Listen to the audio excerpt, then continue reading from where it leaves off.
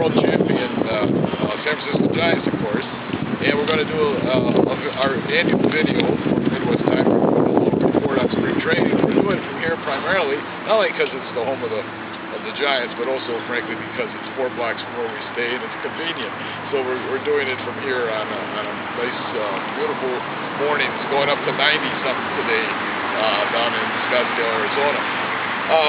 I want to do 3 MDR teams that are in the Cactus League that I actually see play, and then we'll do the Twins, even though they're in a grapefruit and I don't get to see them really to speak of.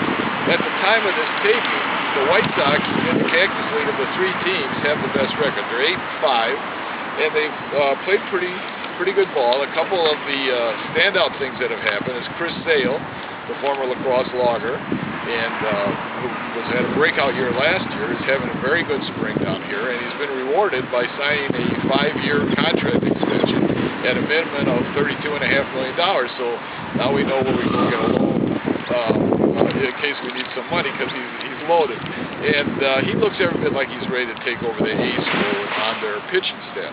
The other guy that's been just red hot down here has been veteran Paul Konerko. At the time of this tape, he leads the Cactus League. He has 5 homers, and that leads the league in home runs, and he's just looking real good. I think the whole key to the Sox here and then into the regular season is how their veterans hold up. And Robin Ventura is doing a really good job so far of trying to play them enough so they get their reps in and they get limbered up, but not overplaying them so they all get tired late in the year. So I'm still thinking the Sox are going to be contenders and put some heat on the Tigers. The second Chicago team, the Cubs, just down here have not played that well. They're 7-10 at the time of this taping. They seem to be still kind of trying to find themselves, if you will.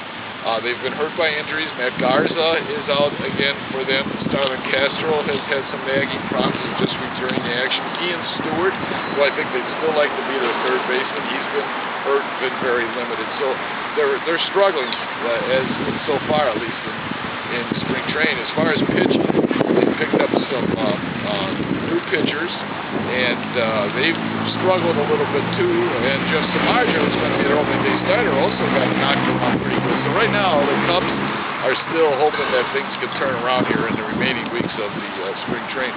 The one fellow that's played quite well for them has been Javier Baez, who's actually an infielder and is unlikely to make the team. He's a shortstop by nature, but he's hitting over 350 at the time of this taping and has played very, very well. The guy that's probably had the worst spring for the Cubs is Carlos Marmol, who last week didn't even get through a full inning and got knocked around, and the trade rumors have increased for Carlos. I mean, you could see him dealt maybe even before the end of spring training. Over in the Brewers camp, they've been pretty limited for a couple reasons. They had more guys than any other team out here go to the World Baseball Classic. They had 13 people in the WBC. That cut into what they were able to do, of course. And then they also have had some injuries that have hurt them. Aramis Ramirez primarily, who they wanted to play more in spring training than in past years to try to see if he could avoid his slow start to the regular season. Well, it turns out he has a gimpy knee, and he hasn't played for a couple of weeks. Soon to return, though. They're getting a lot of other of their World Baseball Classic people are returning to the team. John Axford is back. Taylor Green, who was with Canada, is back. So now I think you're going to see them be able to play the people that you'll see during the season. A couple guys that have had real good springs. First of all, Carlos Gomez, who's hitting a ton and playing very well in the field, and probably just has solidified the fact that he's going to be their center fielder. And then another outfielder named Chris Davis. Chris is spelled K-H-R-I-S. He had 3 homers in 3 days, and he's looked very good, but I don't know if he'll make the team. He's very likely to start at AAA, and then perhaps later in the year they would call him up. So those are the little summaries of the 3 Cactus League teams. The Brewers also, by the way, their record's 7-9, so they haven't played that good either so far down here. But records don't mean that much either. The best team with the best records over in the Grapefruit League, I can't comment a whole lot on because I don't see them play in person. I get reports from people over there, and that's the Twins. The Twins are 10-7 at this juncture of spring training, and Justin Morneau was 3rd in the WBC in hitting. He had 636, and he's keep anywhere near that up would be very good. Joe Mauer also has played well in the World Baseball Classic. So right now it looks like the M&M boys could be back. And then also for the Twins, some of the pitchers that they picked up, Vance Worley, that looked pretty good so far in spring training.